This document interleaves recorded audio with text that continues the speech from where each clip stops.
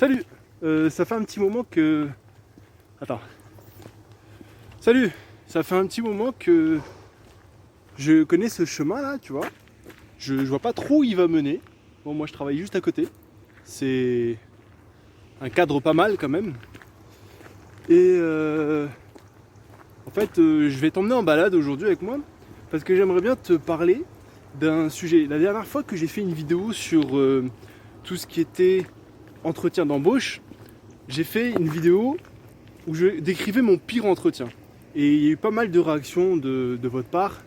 Merci beaucoup à vous d'ailleurs d'avoir réagi et d'avoir montré que ça vous intéressait ce retour d'expérience. Et en fait, je me suis dit que ce serait pas mal de vous faire un retour d'expérience de mon meilleur entretien cette fois. Et en fait, parce qu'il y a eu beaucoup de réactions à la vidéo.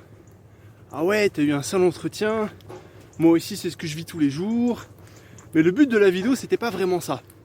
Le but de la vidéo, quand je l'ai faite, c'était de dire voilà, il existe des sales entretiens, mais il faut pouvoir en faire une force. Et aujourd'hui, j'ai envie de te parler d'un entretien qui est très similaire au pire entretien que j'ai eu. Mais en fait, j'ai réussi à tourner la chose à mon avantage parce que il s'est déroulé quelques années, quelques mois, un an à peu près après. Et donc en fait, cet entretien, donc j'avais changé de région déjà. J'avais changé de boulot aussi. Et en fait, j'étais dans une situation où moi j'étais salarié. J'étais en CDI, donc quelque chose de stable. Et je sais plus si c'est la boîte qui m'a contacté ou si c'est moi qui l'ai contacté sur LinkedIn ou je sais plus trop quel site. Welcome to the jungle, quelque chose comme ça. Et pas mal, hein, regarde. Bosser au pied de la colline. Et en fait, ce qui s'est passé, c'est qu'ils m'ont appelé et ils m'ont dit voilà, on aimerait bien faire un entretien avec vous pour un poste de développeur Java. Parce qu'à la base, moi, je suis un développeur Java. Comme tu le sais, ou peut-être tu le sais pas, mais j'en parle pas mal sur les réseaux, sur Discord aussi. Je t'invite d'ailleurs à aller sur le Discord si tu as des questions techniques, des choses comme ça. J'essaie de faire une petite communauté sur le Discord où on peut partager et discuter de sujets un peu plus techniques que sur la chaîne. Bon, en fait, il n'y a rien au bout du chemin, donc je fais demi-tour. Le jour où cette boîte me contacte, en fait, elle me donne rendez-vous en soirée, donc assez tard, après mes heures de boulot, parce que moi je suis en poste. Et en fait, je suis convoqué dans une situation similaire. J'arrive dans un quartier un peu huppé. Si tu connais Marseille, c'était au Prado. Donc c'est une des boîtes du Prado. Au Prado, c'est toutes les boîtes un peu... c'est luxueux comme coin. Et en fait, je me retrouve dans une boîte start-up assez conséquente, mais qui travaille sur des technos qui ne sont pas les technos web comme dont je t'ai parlé dans la première vidéo. Là, c'est vraiment des technos start-up beaucoup plus tech, avec du DevOps, des protocoles d'automatisation beaucoup plus avancés, des technos avancés, des choses comme ça. Et en fait, moi j'arrive dans un environnement qui pour le coup, si j'avais été dans la situation dans laquelle j'étais à la base, aurait été m'aurait mis très mal à l'aise et m'aurait fait perdre mes moyens comme je te l'ai dit dans la première vidéo. Et là en fait ça n'a pas été le cas. Pourquoi ça n'a pas été le cas ? Il y avait plusieurs choses qui avaient changé. La première des choses qui avait changé, c'est que j'étais en poste. Et ça, c'est super important quand tu es en poste. Tu joues pas ta vie, tu joues pas ton avenir, tu joues pas ton manger, quoi. Donc à partir de ce moment-là, tu es beaucoup plus à l'aise. Quand tu vas dans un entretien, tu te dis bon si ça passe, c'est cool, si ça passe pas, bon je serais dégoûté juste parce que je voulais le poste et je l'ai pas eu. Et en fait, il y a une deuxième chose aussi qu'il y avait, c'est que il y avait quelques mois qui s'étaient écoulés, donc quasiment une année. Donc j'avais eu de l'expérience, j'avais travaillé sur des projets, j'avais un peu réduit ce qu'on appelle le syndrome de l'imposteur. Bon, je suis pas trop d'accord avec ce terme-là, mais disons que ce syndrome-là qui est normal quand tu commences, en fait, c'était un peu tombé. J'étais beaucoup plus à l'aise et je pouvais parler de trucs techniques avec des termes techniques et j'avais évolué sur un projet, surtout la boîte dans laquelle j'étais. En fait, je faisais quelque chose en totale autonomie. J'étais totalement autonome et je développais un truc en full stack avec plusieurs technos. Donc voilà, je m'étais régalé et je me disais, voilà, je suis quand même compétent. Et la troisième des choses, c'est que même si j'étais compétent, je savais que voilà, les tests techniques, les trucs comme ça, tu peux les rater parce que, troisième des choses, j'avais fait pas mal d'entretiens. Et en fait, ces entretiens, ils m'avaient amené ça. Ils m'avaient amené le fait que j'ai fait des tests techniques et je les ai réussis. Alors, faire des tests techniques et les réussir, c'est top. Parce qu'après, au final, après, tu te dis, j'ai réussi un test technique et donc techniquement, je suis validé. Et c'est important quand toi, tu viens pas d'un monde comme moi, hein, d'un monde qui est full technique. Au final, j'ai trouvé un autre chemin. Et ce chemin-là, en fait, il est un peu plus joli. Et je vais prendre ce chemin-là. Mais on va continuer. Et donc, en fait, je te disais, voilà, quand t'es pas technique, forcément, le fait de te retrouver à passer des entretiens techniques avec brio, tu te dis, ah ça y est, c'est bon, je suis validé techniquement, il n'y a pas de souci, t'es en confiance. D'ailleurs, si tu veux évoluer en termes techniques, si tu veux t'entraîner sur des tests techniques, etc., je te conseille une plateforme sur laquelle d'ailleurs il y a des recruteurs qui font faire des tests techniques, qui est la plateforme Coding Game. Et d'ailleurs, elle sponsorise cette vidéo. Non, je rigole. Non. Et en fait, je rigole à mes propres blagues, tu vois. Et en fait, cette plateforme-là, elle permet de t'entraîner et justement de faire tomber un peu ce truc technique. Tu fais des entretiens techniques. Tu fais en fait, tu t'auto-testes avant qu'on te teste. Bref, dans cet entretien, j'arrive et je suis exactement dans la même situation. J'arrive, on me met tout de suite dans le bain, je tombe avec un mec qui est proche du CEO, qui est quelqu'un beaucoup plus sur le fonctionnel, qui me dit ok, écoute, tu te mets dans cette salle-là, on te donne un test et tu te débrouilles. On te laisse 10 minutes et on veut voir comment tu gères. Et dans 10 minutes, je reviens avec un expert technique. D'ailleurs, comme dans la première vidéo, j'avais deux profils, les deux profils. Et ils me donnent un truc, ils me donnent un énoncé, un petit texte d'une quinzaine de lignes. Et ils me disent, voilà, cette situation-là, c'est un besoin pour faire un logiciel, on veut que tu modélises ça. Comme tu veux, tu utilises des diagrammes normés, pas normés, on s'en fiche, ce qu'on veut, c'est voir comment tu te débrouilles et comment tu mets ça en place. Ils me le donnent et ils me disent, ouais, stresse pas trop, t'inquiète.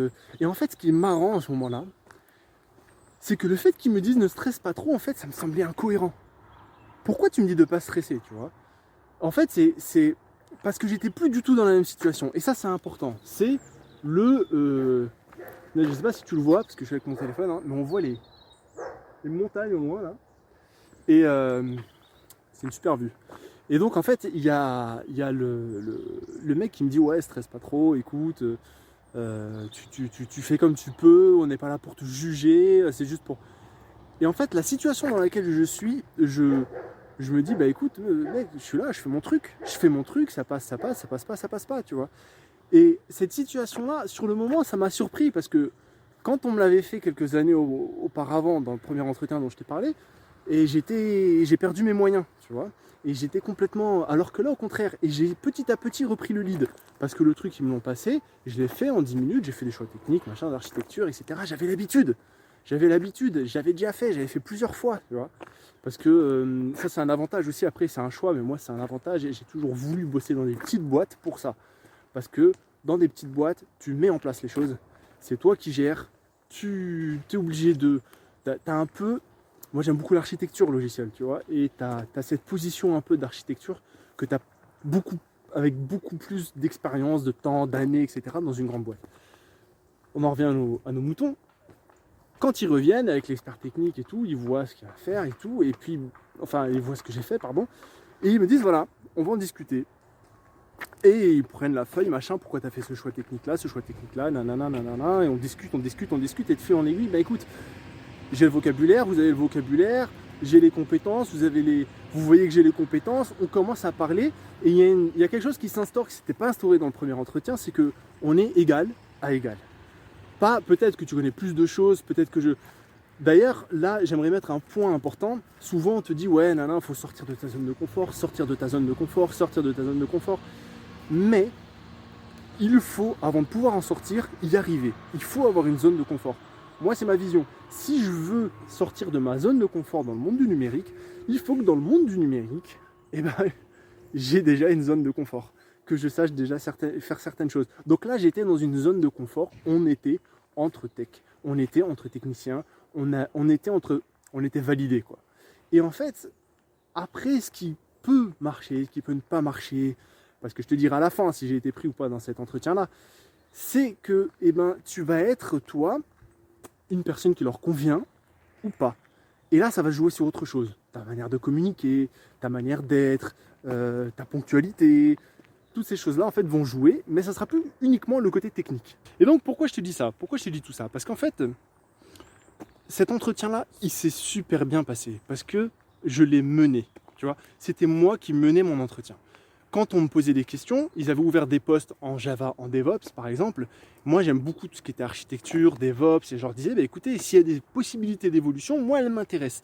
Pouvoir dire ça dans un entretien, un an auparavant, c'était inimaginable de dire, voilà, moi, je viens chez vous, mais je veux des évolutions, quoi. Je veux pas rentrer chez vous. Bon, moi, c'était juste, je veux venir chez vous, quoi. Je veux une expérience.